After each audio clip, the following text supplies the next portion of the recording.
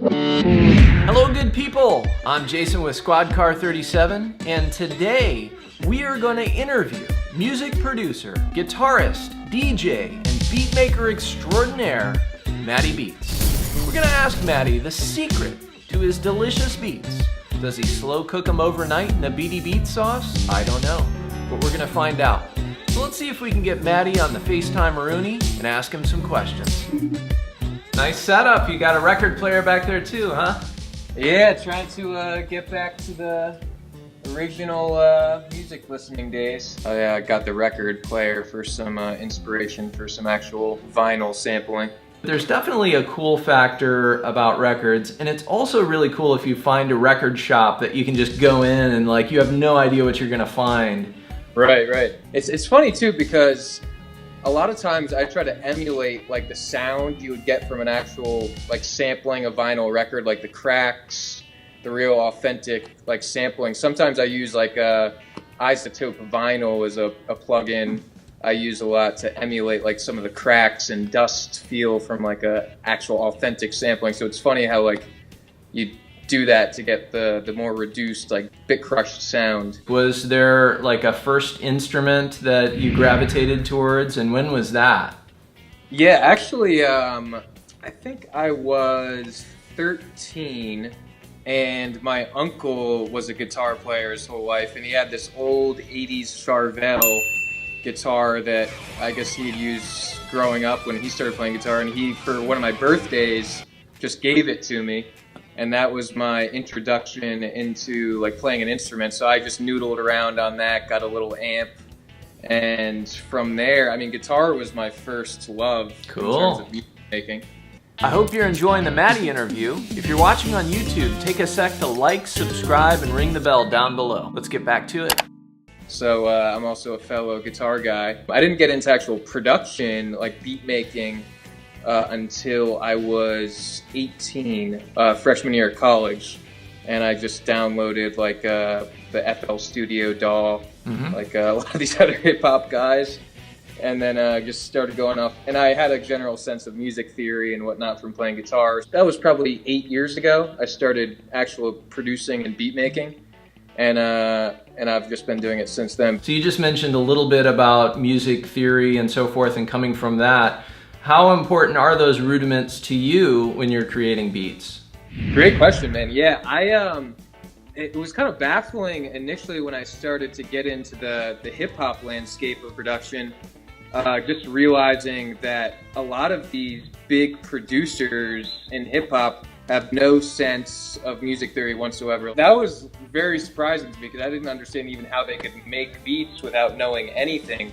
And for me, I think music theory has kind of been like a foundation to give me inspiration to like make beats and stuff. I don't know without that, to be honest. I guess in the hip hop world, sampling is huge, so it's not as important. But I think just having that knowledge just gives you such a bigger advantage. Yeah, I agree with that. I feel like it's extra tools in your toolbox. Right. Why not have some extra tools? Show me some of the fundamental tools that you have that you use on a day-to-day basis for creating music. So as far as interface, I'm just working with the M-Box. I think it's the 3rd generation. Okay, awesome. For the interface. And then you can see here I have the HS7 Yamaha monitors. And then as far as, I guess, controllers, well, first of all, I'm working out of Pro Tools 11 for my DAW.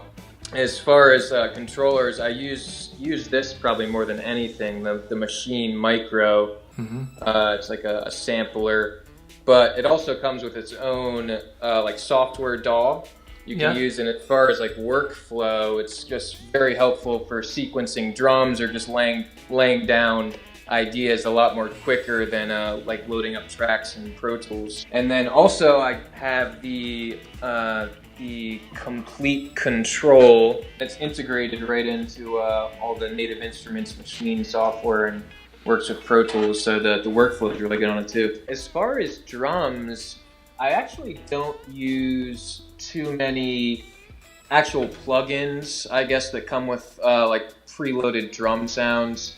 I more so download like one-shots of kick sounds and snares and things from actual sample packs than load them into the sampler on the machine to use. But I do actually use Drum Lab, which is a plugin that loads into Contact. Drum Lab, it's like an authentic drum kit. And that has some really good sounds, and also comes with like preloaded MIDI grooves for different things. Analog strings, Yeah. they make a really cool one. Then some of the more generic stuff a lot of people use, I guess, like Massive. I use Absynth, which is a good a synth plugin.